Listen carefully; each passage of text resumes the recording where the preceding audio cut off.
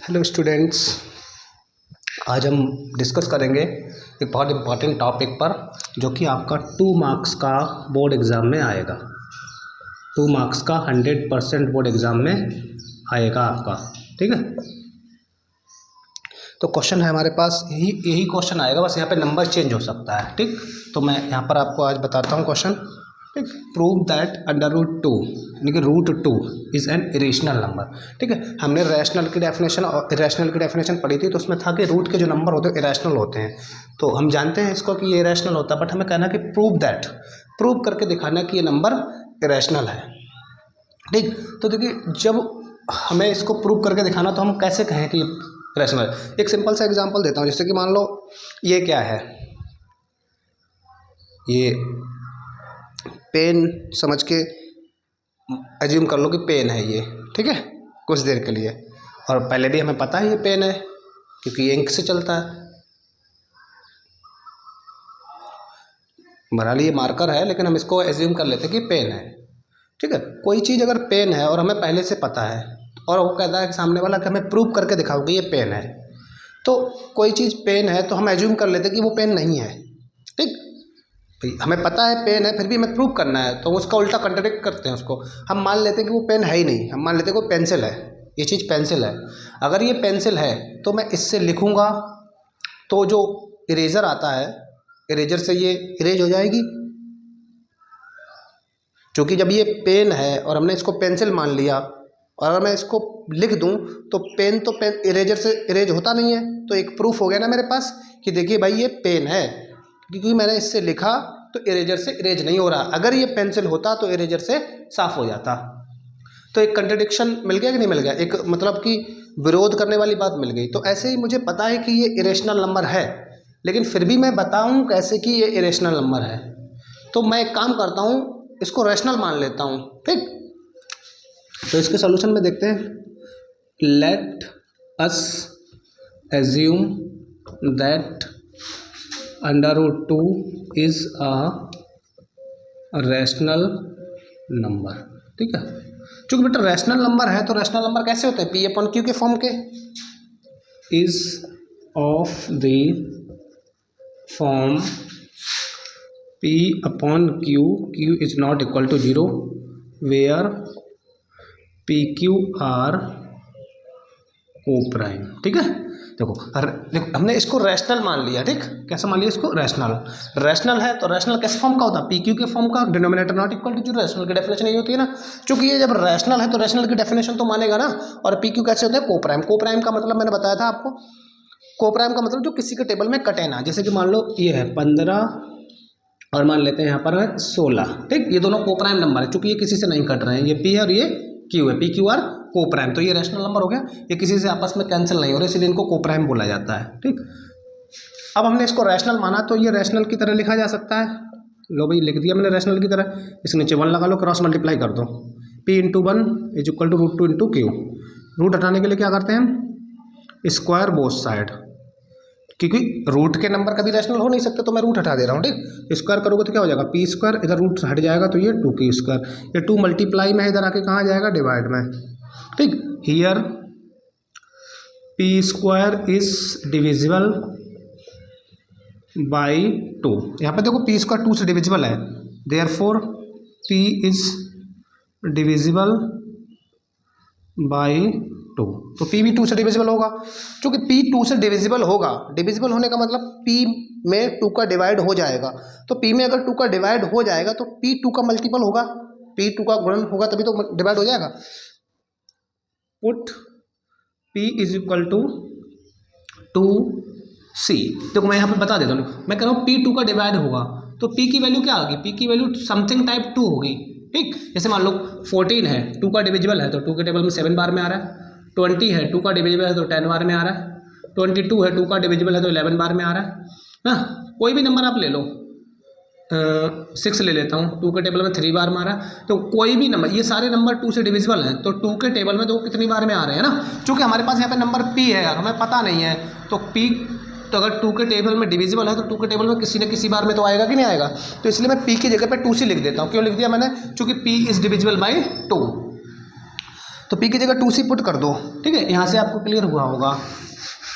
p की जगह पर 2c पुट कर दो, ये रहा p, यहाँ रख दो चाहे यहाँ रख दो, ठीक है। 2c का square is equal to 2q square, ये हो जाएगा 4c स्क्वायर, ये 2q स्क्वायर। यहाँ पर देखो बेटा, ये और ये दोनों नंबर 2 से कैंसिल हो रहे हैं ना। Here 2 is a common factor. देखो 2 के टेबल में दोनों आ रहे हैं कि नहीं आ रहे हैं, 2 से कैंसिल हो जाएंगे ना, तो 2 कॉमन फैक्टर हो गया। और यहाँ मैंने क्या बोला था, कोप्राइम बोला है ना। कोप्राइम होता है तो कटेगा नहीं किसी से, ठीक है, कोप्राइम होगा तो कैंसिल नहीं होगा किसी से। 2 हमारे पास एक कॉमन फैक्टर आ रहा है, बट यहाँ पर कोप्राइम है, तो यहाँ पे क्या हो गया, कंट्रडिक्शन हो गया कि नहीं हो गया। Which is a contradiction to our assumption, ठीक है। एजम्पशन का मतलब जो हमने एज्यूम किया था कि ये रेशनल नंबर होगा और कैसा होगा, कोप्राइम टाइप का होगा, लेकिन यहाँ पर क्या हो रहा है, 2 कॉमन आ रहा है। कॉमन जो वर्ड होता है वो कोप्राइम का कंट्रडिक्शन है, तो ये कंट्रडिक्शन हो गया। तो कंट्रडिक्शन हो गया, इसका मतलब क्या होगा कि √2 रेशनल नंबर नहीं हो सकता, therefore √2 is not a rational number. अब √2 रैशनल नंबर नहीं होगा तो फिर क्या होगा, दो ही तरीके के नंबर होते हैं हमारे पास, रैशनल और रियल के, दो ही तो पार्ट होते हैं रियल के, रैशनल और इरेशनल। तो ये जब रैशनल नहीं हुआ तो कैसा होगा, √2 इज एन इरेशनल नंबर। ये बहुत ही इंपॉर्टेंट क्वेश्चन था भाई, आपको सबको आना चाहिए ये क्वेश्चन, रट लो इतनी लाइन को, थोड़ा सा देखने में आपको लगता होगा, ठीक है।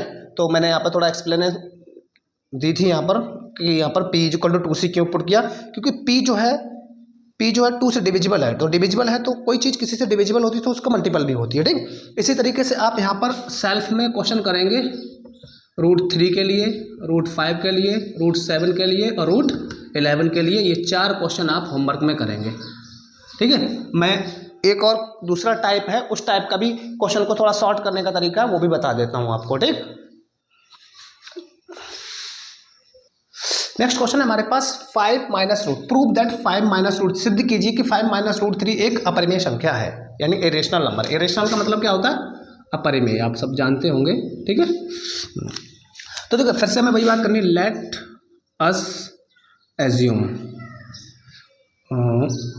5 minus √3 is a rational number, ठीक है। और रैशनल नंबर है तो किस तरीका का हुआ, of the form p/q, q is not equal to 0, इतना आप एज्यूम कर लो। ये दूसरा तरीका है, इस दूसरे तरीके से बताऊंगा। यदि आपको पहले तरीके से करना है तो आप वो मैं अभी बताता हूँ, ठीक है। तो सबसे पहले हम क्या करेंगे, इसको क्या लिख लेंगे, 5 minus √3 is equal to p/q, ठीक। तो p/q को मैं इधर ले आता हूँ, ये माइनस प्लस का है तो कैसा हो जाएगा, माइनस का, और ये माइनस का है, इसे इधर ले आता हूँ, √3 हो जाएगा, ठीक है। चूँकि देखो, चूँकि 5 is rational number and p/q is also rational number, है ना। Therefore their difference is also a rational number, ठीक है। देखो ये रैशनल है क्योंकि इसके नीचे हम 1 लगा सकते हैं, ये भी रैशनल में से रैशनल हटाएंगे तो रैशनल ही तो बचेगा, चेक करके देख लो लोग, क्यू यहाँ आ जाएगा, ठीक है। तो ये क्या हो गया, विच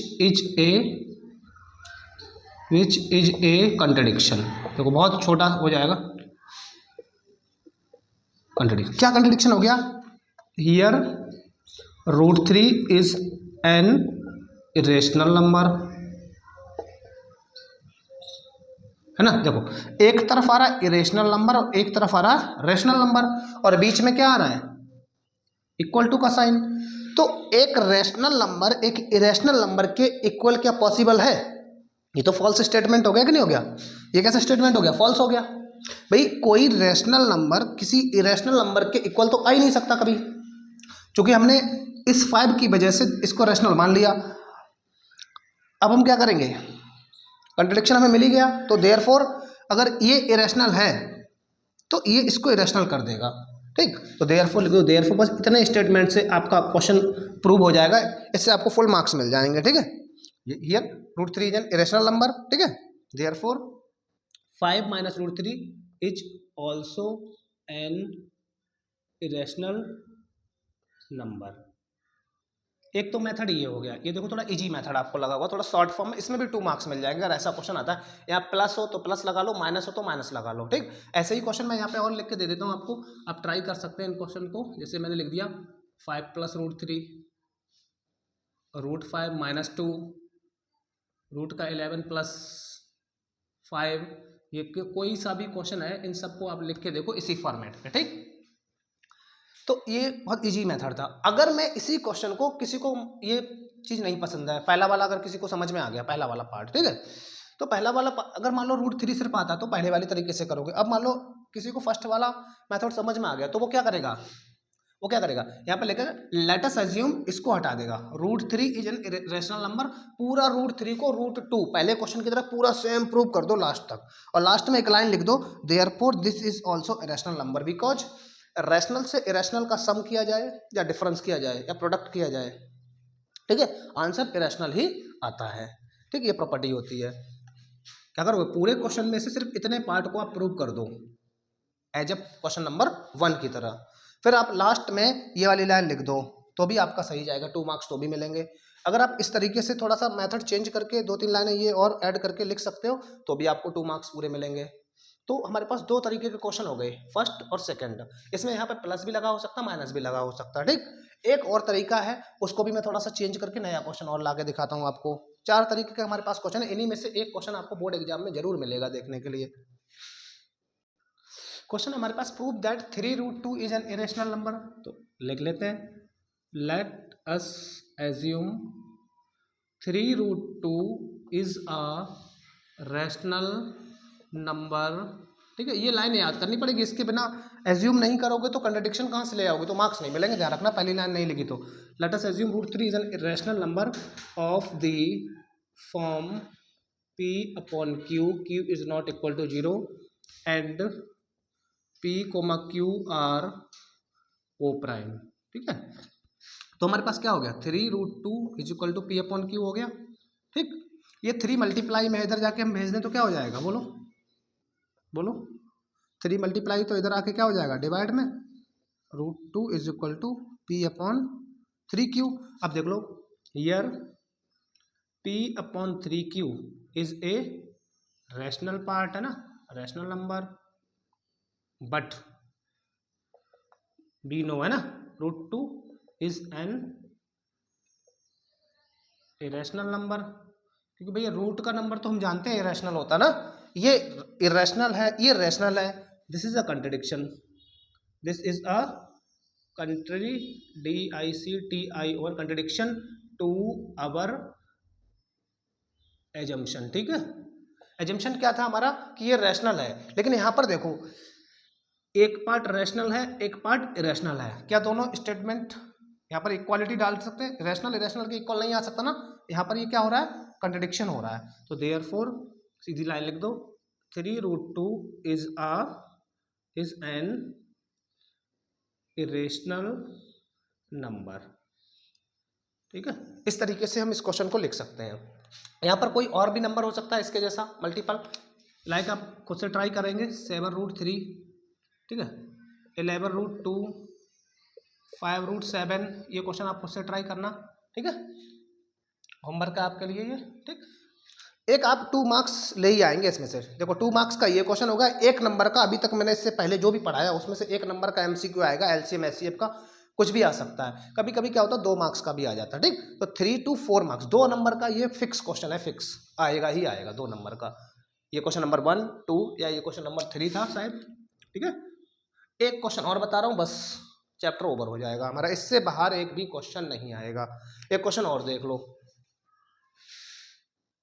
क्वेश्चन हमारे पास, प्रूव दैट, क्वेश्चन नंबर 4 है, prove that √11 + √7 is an irrational number, ठीक। तो हम फिर से वही बात करें, let us assume root 11 plus root 7 is a rational number, ठीक है, of the form P upon Q, Q is not equal to 0, ठीक है। तो लिख लो जरा, रूट का 11 प्लस रूट का 7 इज इक्वल टू, हमने क्या माना, P upon Q, square both side कर दो, स्क्वायर बोथ साइड। क्यों किया आप समझ गए होंगे, रूट हटाना मुझे, ठीक है, क्योंकि रूट के नंबर तो इरेशनल होते हैं, ये बात हम जानते हैं, तो रूट हटा के देख लेते हैं, क्या रूट हटाने से काम चल जाएगा हमारा। तो कर दो square both side, root 11 plus root 7 का square is equal to P upon Q का स्क्वायर। तो इधर से स्क्वायर करो रूट हट जाएगा 11, इसका स्क्वायर करो रूट हट जाएगा 7 प्लस 2ab, है ना, जानते हैं ना formula, A square plus B square plus 2ab, इधर हो जाएगा P square upon Q square. ये 11 7 कितना हो जाएगा 18 plus 2 root 77 is equal to कितना आ जाएगा P square upon Q square, ठीक है। ये 18 प्लस का उधर भेज दो, P square upon Q square minus 18, नीचे 1 लगा करके इसको सॉल्व कर लो, क्यू स्क्वायर एलसीएम आ जाएगा P square minus 18 Q square, ठीक है। ये 2 मल्टीप्लाई का तो डिवाइड में आ जाएगा, रूट का 77 इज इक्वल टू कितना हो जाएगा P square minus 18 Q square upon 2 Q square. अब देखो यहाँ फिर वही बात आ गई, here P square minus 18 Q square upon 2 Q square is a rational,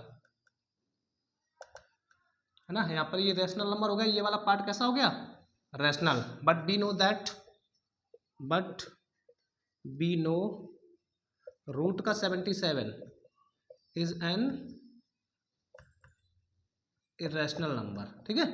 तो कंट्रडिक्शन हो गया, which is a contradiction, which is a contradiction.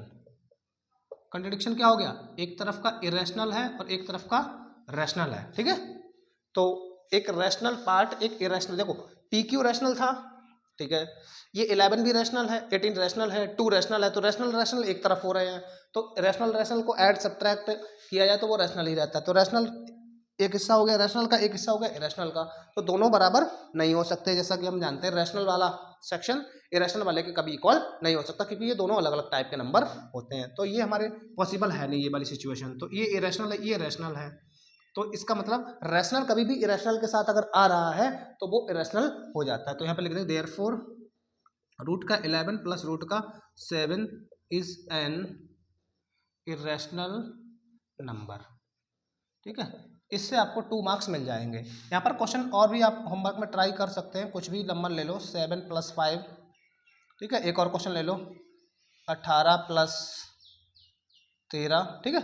ऐसे ये क्वेश्चन है, इसी तरीके से लिख के देखने, आप अगर लिखेंगे आपको प्रैक्टिस में आ जाएगा ये चीज़, ठीक है, तो आप अच्छे मार्क्स इसमें गेन कर सकते हैं, ठीक है। तो सभी बच्चे बस यही 4 क्वेश्चन है, 4 में से क्वेश्चन नंबर 1 और 2 पर ज़्यादा फोकस करना, ठीक है, 1 और 2 ये आपके 2 मार्क्स बोर्ड एग्जाम में कंफर्म है, और 1 मार्क्स का एलसीएम एचसीएफ या उससे ज़्यादा भी आ सकता है, ठीक। तो 2 से 4 मार्क्स इतने ही क्वेश्चनों में से आपको बोर्ड एग्जाम में मिल जाएगा, ठीक है। तो आप इनकी अच्छे से प्रिपरेशन करें। थैंक यू स्टूडेंट्स, मेहनत करते रहो लगातार।